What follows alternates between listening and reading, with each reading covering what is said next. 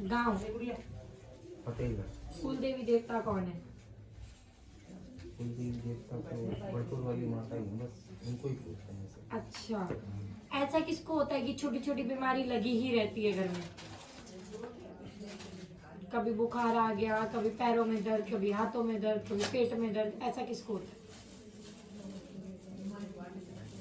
वैसे तो सभी को ही होता रहता है, क्योंकि छोटी छोटी बीमारियां तो हर महीने जैसे सीजन बदलता है तो हो ही जाती है। अब किसको कहें कि अच्छा, हाँ मतलब सबको ही होता है। हाँ।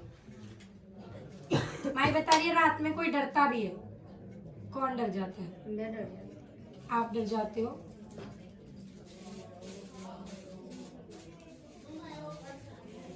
माई बता रही है हर एक चीजें उल्टी होती हैं।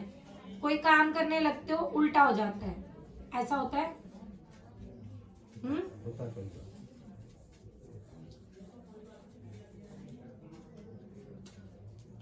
शरीर में भारीपन रहता है किसी के, किसके रहता है? आपके मेरे- रहता है? मेरे।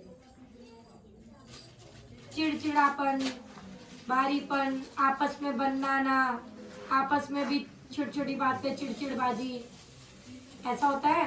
हाँ होता है, लेकिन नॉर्मली सही हो जाता है। नॉर्मली सही हो जाता है, आपस में।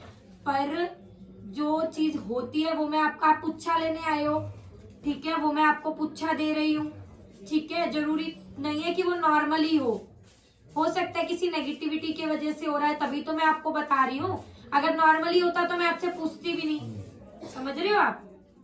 काम वगैरह में किसकी दिक्कत रहती है? काम मुझ में रहती है। आपके काम में दिक्कत रहती है। अभी काम को लेके आए हो? अभी दो चीजों के लिए लेकर आए। जी बताइए।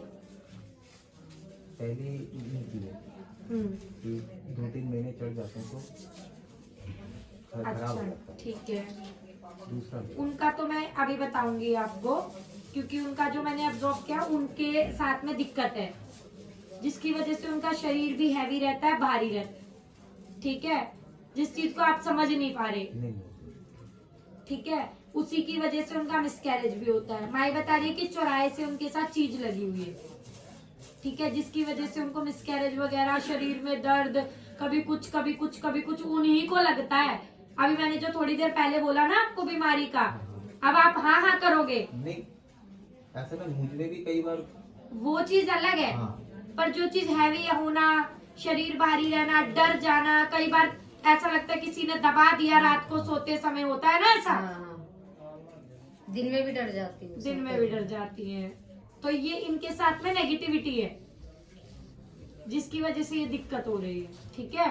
और बताओ, ये दिक्कत है जी, चौराहे से कोई चीज आई हुई है साथ में इनके, ठीक है? जिसकी वजह से आपका काम भी गड़बड़ाया हुआ है। माई बता रही है कि ये 3-4 साल हो गए ऐसा।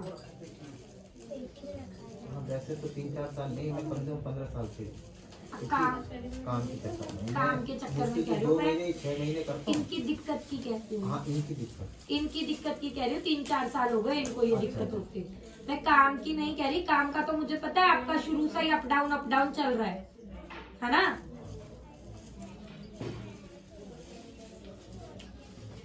पितरों का क्या करते हो जी आप?